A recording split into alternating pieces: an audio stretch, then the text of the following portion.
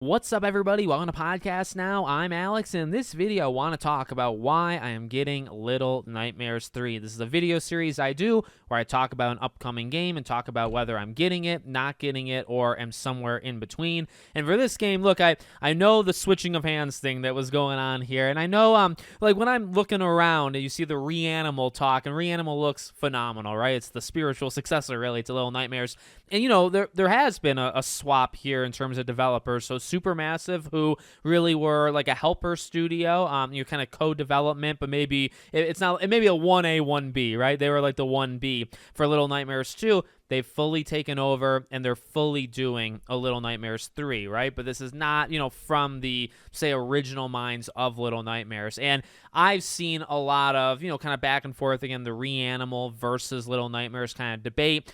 For me personally, like, look, I'm really excited for Reanimal, and I'll do one of these videos for Reanimal as well. I think Little Nightmares 3 kind of looks like it's going to rock, to be honest with you. You know, this is a game that comes out in a very crowded period of time, you know, but what else is new? You know, it's pretty much what all of these other games I've done these videos on have in common. I believe this game comes out the same day as Battlefield. Now, you're not going to confuse Little Nightmares for Battlefield, but there's only so much time in a day. But everything we've seen about this game looks awesome. I think, you know, this is really, not to make like all these puns about like little and sizes and stuff, but it's always been a franchise, in my opinion, that's done so much with so little, right? And hopefully the puns can stop there. But I mean, there's just something very special about Little Nightmares games, from the aesthetic and the look and the feel, and, you know, these kind of like almost larger than life stories, these stories that require a little bit of thinking. They don't, you know, they don't hold your hand, and I can appreciate that. And that's kind of what I've fallen,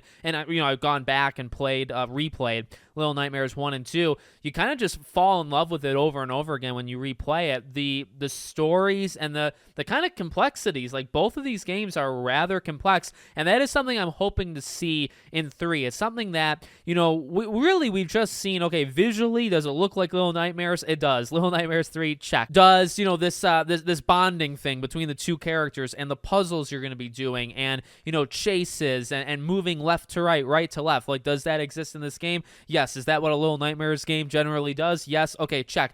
You know, it's hard to, and that's why I kind of wanted to go to those kind of complex, you know, story things that has been going on, you know, in the past games. I love that about Little Nightmares, and I think it's a great balance between visually it looks awesome, it's a different kind of art style, you know, you're playing around with size, and you're playing around with kind of these grotesque type enemies, but, you know, there's also stories behind them. Like, anybody you run into in 1 and 2, and even what we've seen so far in 3, you know, you imagine there has been or there will be, you know, a story attached to them, and that's where that complexity kind of comes in. Is these games tell amazing stories. I mean, I think to really 2, but I guess I would say how 1 and 2 tie into each other, because they fit like a glove. They're so freaking awesome. But, you know, you have to think a little bit. Like, these are stories that require a little bit of thinking, and some of the stuff that goes on, you kind of have to put a couple pieces together, you know, maybe watch a YouTube theory video or two, right, in order to fully get everything.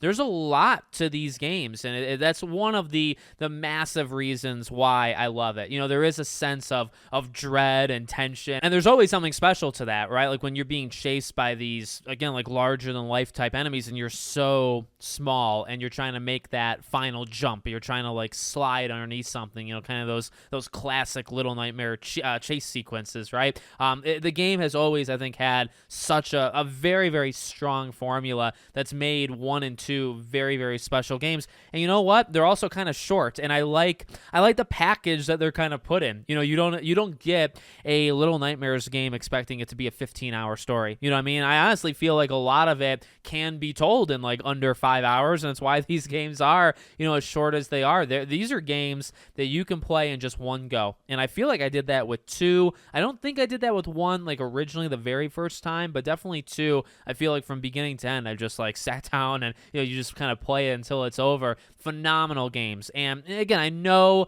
there's some hesitancy when it comes to 3. I feel it. I see it. There's a little bit of it within me, but I also, it's tough because I don't want to say like, well, it's Little Nightmares. Like you kind of just follow, you follow the guidelines, the pre-established guidelines, and you're going to be okay. Yeah, you can. I think generally there's a lot of things you can look at the past games and say, hey, if you just follow like these 5 steps, you're going to be rather fine, But, there are some extra layers of depth that these games have that, hey, maybe Supermassive isn't going to be capable of doing. I think they can. I really, really think they're going to be able to pull it off. And I look forward again, like all we can see now is the looks and the gameplay and how these two characters interact and kind of, I guess, how they're going to expand the formula of movement. We saw like that 10-minute carnival thing amongst other gameplay snippets, but like the carnival one was a good way of seeing, okay, like is there anything kind of else you can add to this formula to kind of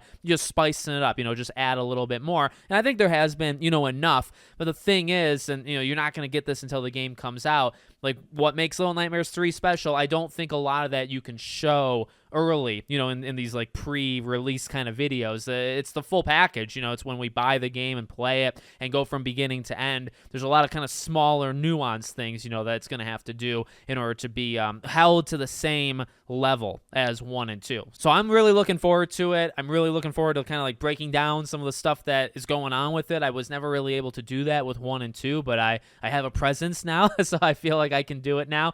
So let me know what you guys think in the comments. Make sure, as always, you're subscribed to the channel, bell icon turned on, and I hope to see you all on the next one.